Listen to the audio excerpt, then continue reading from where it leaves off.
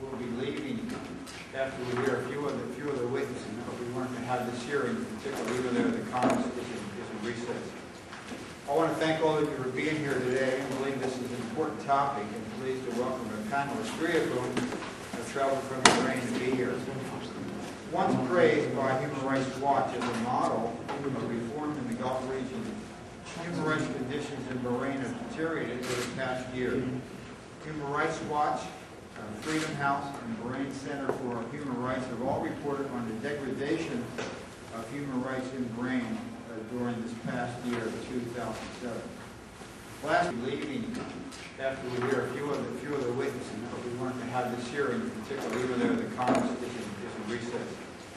I want to thank all of you for being here today. I believe this is an important topic, and pleased to welcome a panelist, three of whom have traveled from Bahrain to be here. Once praised by Human Rights Watch as a model of reform in the Gulf region, human rights conditions in Bahrain have deteriorated over the past year. Human Rights Watch, Freedom House, and Bahrain Center for Human Rights have all reported on the degradation of human rights in Bahrain during this past year of 2007.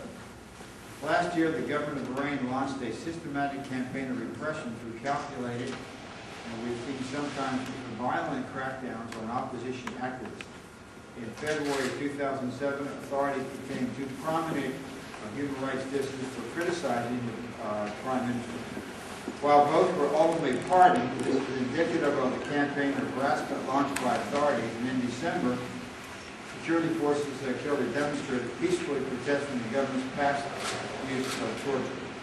Bahraini human rights groups allege that dozens of human rights and democracy activists arrested and detained have been subject to regular torture, and some say even sexual assault. In 2004, the government dissolved the Bahrain Committee on Human Rights and continues to deny the group legal status, although they still operate under harassment by the government.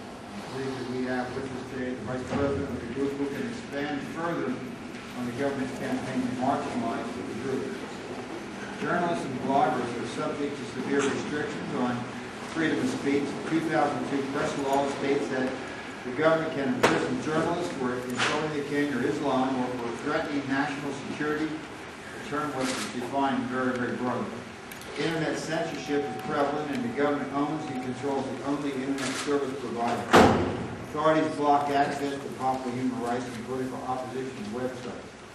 Despite promising political reforms in the past, it looks like Bahrain has done little to institutionalize basic human rights, such as freedom of expression, assembly, and association, and law. While Shia Muslims comprise 70% of the population, they hold on 18% of high-ranking positions in the government. Shia are banned from serving in the state security services, and instead the government recruits Sunni foreign nationals from countries such as Saudi Arabia, Syria, and Jordan to serve as mercenary soldiers. The rest of the statement goes on, but basically what we're trying to do is to give these gentlemen an opportunity to air some of the concerns. When the Congress comes back into session, which will be sometime perhaps in late November or December, we will begin to proceed again on this. But under those circumstances, let me just now thank you for coming and turn over to how the witnesses were scheduled to go first, second, and third. Thank you very much. My name is Toby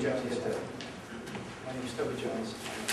Professor of Middle East History at Rutgers University in New Jersey, which isn't quite like Bahrain, but it's not so far.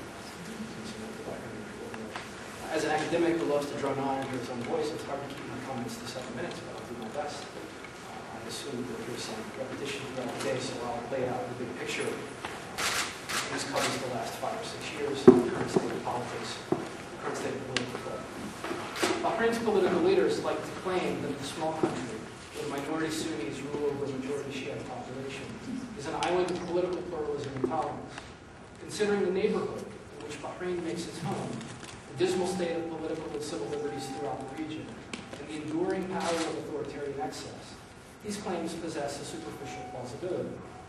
After all, since 2002, Bahrain has held elections for local and national councils. Women have the right to vote and serve in public office. There is a vibrant civil society.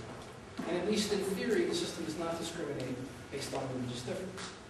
On closer inspection, however, it is clear that the claim of leadership is little more than myth. That Bahrain's experiment with political reform begun in 2001 has proven more an effort to reconfigure central authority than redistribute it. And that religious difference and a dangerous, hateful, and incendiary sectarian politics has become the order of the day.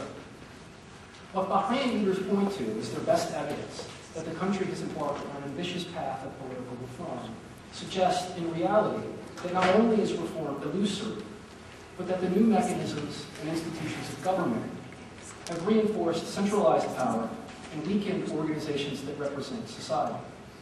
Bahrain's parliament, an 80-person assembly that is half elected and half appointed, possesses real little authority, is structurally unable to write, let alone pass actual legislation, and serves more as a central theater for political performance than governance. The weak nature of Bahrain's central representative and legislative body represents, on the one hand, the typical anxiety of authoritarian regimes that are unwilling to part with power. Whatever the pressures that generate calls for reform in the first place, authoritarian governments such as Bahrain's will, in the end, seek ways to ensure their primacy.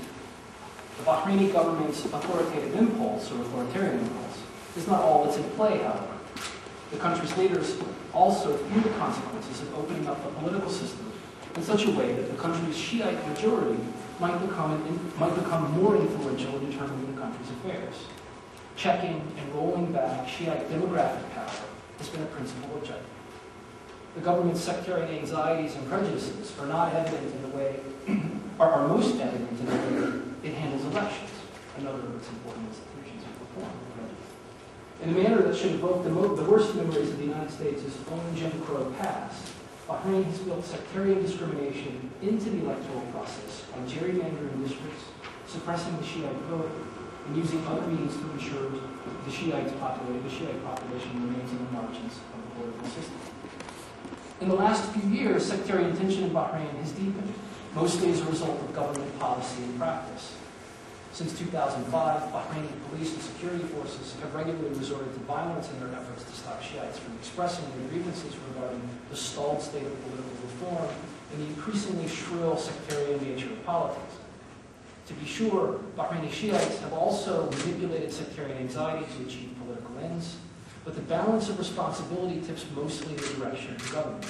Congressman Wolf laid out some of the more disturbing trends that have begun really since December 2007, including waves of arrests against activists demonstrating publicly, the breaking up of publicly held and organized meetings that discussed issues such as human rights, religious tolerance, interest in the Shiite community, but also perhaps most disturbingly, very powerful alleged reports of a return or resort on the part of the central government to torture, including reports of sexual assault and even electrocution.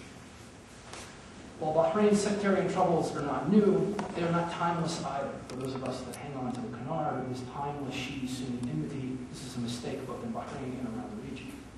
The Iranian Revolution mobilized the recent Shiites in the 1970s and radicalized many.